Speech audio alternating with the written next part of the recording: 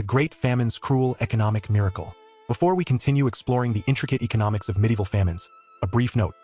If any aspect of this discussion, the stark historical details, the unexpected economic consequences, or the broader lessons, strikes a chord with you, please consider liking the episode and sharing it with others who appreciate thoughtful historical analysis. Your support helps sustain this series. And if you'd like to stay informed on upcoming episodes that examine the forces shaping economies and societies across time, following or subscribing ensures you won't miss what's next. Thank you for being part of this journey. We're unpacking the realities of medieval famines in Europe, pulling from some solid insights by historian William Chester Jordan to kick things off. These weren't just bad harvests, they were economy shakers that flipped societies upside down in ways you might not expect. Stick around as we explore how hunger wasn't always the end of the story, but sometimes a twisted beginning for change. Alright, let's ease into this without giving away all the twists of how these crises played out. Picture Europe in the Middle Ages, say around the 13th to 15th centuries, buzzing with more people than ever before, populations exploding thanks to warmer weather and better farming tricks. But then, bam, the climate turns nasty. Rains pour non-stop, winters drag on, and suddenly, food's scarce. We're talking about events that hit hard, wiping out crops, spiking prices, and leaving folks scrambling. The surprising bit? These shortages didn't just destroy, they reshaped how money flowed, who held power, and even how people lived day to day.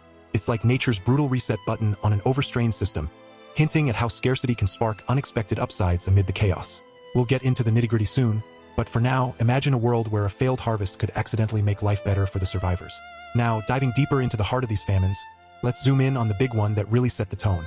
The Great Famine of 1315 to 1317. This beast hammered Northern Europe, England, France, Germany, you name it. It started with endless rain and cold snaps that drowned fields and rotted grains right in the ground. Harvests tanked, sometimes yielding just enough to barely replant, like a miserable 2-to-1 ratio of seeds to crops. Populations had swelled to around 80 million, way beyond what the land could handle sustainably.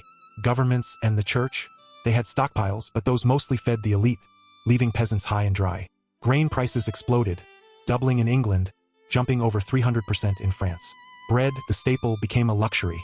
Then diseases hit livestock hard, killing up to 80% of sheep and cattle in spots, which meant no meat, no milk, and farms grinding to a halt. Trade stuttered because roads turned to mud, and salt for preserving food shot up in cost too. Cities like London felt the pinch with supply chains crumbling, leading to riots, crime spikes, and yeah, even desperate tales of folks eating whatever they could find, including the unthinkable. Death tolls climbed to 10 to 25% in hard-hit areas, shrinking the workforce and emptying villages. But this wasn't a one-off. Famines popped up repeatedly, fueled by soil wearing out, forests getting chopped down, and wars messing with everything. Take the 14th century as a whole, Europe's roughest patch, with overlapping dearths and plagues. In Scotland and Wales, weather-driven shortages jacked up prices and hunger, while places like Italy fared better with stronger trade nets. Even weird ones like the Great Bullion Famine in the mid-1400s, where silver and gold shortages choked credit and business, forcing folks to get creative with money. Shifting gears to the bigger picture and what it all meant, these famines weren't pure doom. They had this ironic economic kick. The massive die-offs created labor shortages that flipped the script on power dynamics. Suddenly, with fewer workers around, survivors could demand more pay. Landowners scrambled to hire, so wages crept up, especially after linking up with the Black Death in the 1340s, which slashed populations by half in places like England. Real wages for laborers might have jumped 90% when you factor in extras like free grain or housing, stuff that old estimates overlooked. This wasn't just pocket change.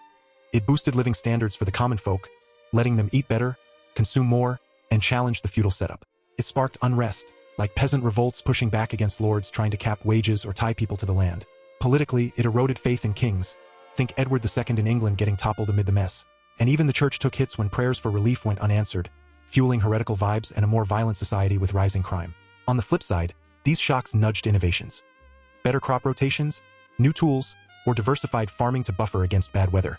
The Little Ice Age kicked in around then, making things colder and wetter, but it forced adaptations that built resilience. Broader patterns show how overpopulation met climate volatility head-on, with rudimentary tech amplifying the pain. Yet, the demographic reset redistributed wealth downward, empowering the lower classes in ways that echoed across regions. Even in the Middle East, where similar plague-famine combos hiked wages and perks for those left standing. It's a stark reminder of pre-modern economies' fragility, where nature's curveballs could inadvertently pave the way for progress, but at a horrifying cost. Pulling out some standout lines from the era to bring this home, there's this chronicle from the time describing the 1315 rains. The summer was so wet that the grain could not ripen, and the harvest was so poor that men could scarcely live. Captures that raw desperation. Another account notes the price madness. A quarter of wheat sold for as much as 30 shillings, when before it was 5. That's the economic gut punch in real terms. And on the aftermath, records show laborers negotiating harder. The scarcity of hands made wages rise, and the poor demanded not only higher pay but better food. It's like hearing the shift in power straight from history's mouth. One grim report even whispers of extremes. In many places, parents ate their children and children their parents. Heavy stuff underscoring the human toll. Finally, reflecting on the long game. From such calamities arose a better ordering of society, with the lowly lifted up. Wrapping this up, if you're into history that blends tragedy with unexpected twists, I'd say dive into these medieval tales. They're a goldmine for understanding how economies bounce back from the brink. It's eye-opening stuff that makes you appreciate modern safeguards against hunger. Stay prepared. Stay free.